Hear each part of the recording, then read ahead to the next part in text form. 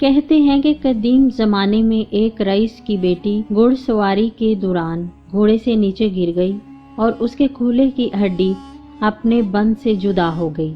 لڑکی کے باپ نے بہت سے حکیموں سے علاج کروانے کی کوشش کی کہ ہڈی کو واپس اپنی جگہ پر بٹھائے، مگر مصیبت یہ تھی کہ لڑکی کسی حکیم کو اپنا جسم چھونے کی اجازت نہیں دیتی تھی۔ باپ نے بہت اصرار کیا کہ بیٹی، حکیم کو شریعت نے بھی محرم قرار دیا ہے، لیکن بیٹی کسی طرح راضی نہیں ہو رہی تھی اور دن بدن کمزور ہوتی جا رہی تھی۔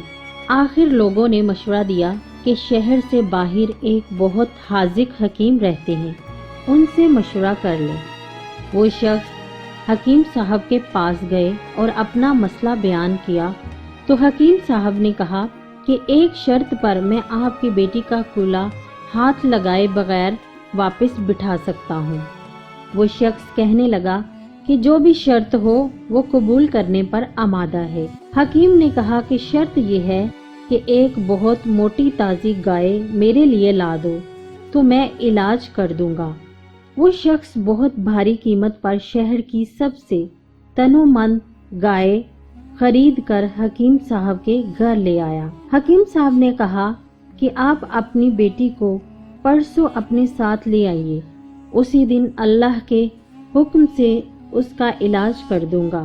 جب وہ شخص چلا گیا تو حکیم صاحب نے اپنے شاگردوں سے کہا کہ 2 دن تک نہ تو گائے کو گھاس کا ایک تنکا کھلایا جائے اور نہ پانی کا ایک قطرہ بھی پلایا جائے۔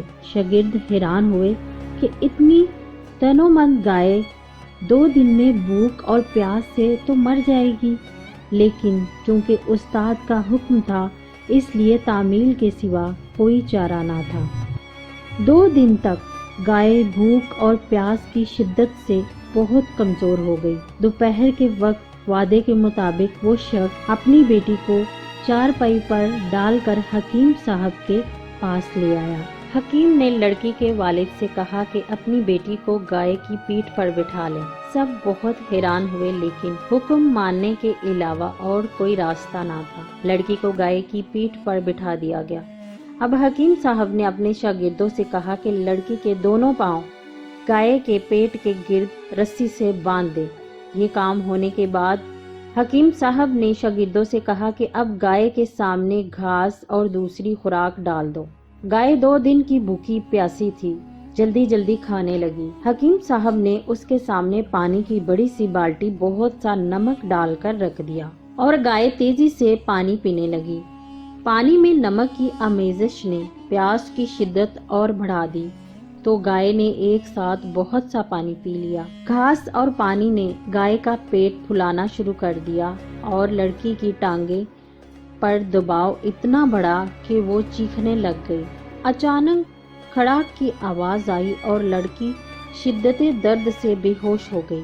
حکیم صاحب نے لڑکی کو گائے سے اتروایا، اس کے والد سے کہا کہ آپ کی بیٹی کے کھولے کی ہڈی اپنی جگہ پر واپس بیٹھ گئی ہے اور یہ گائے آج سے میری ہے۔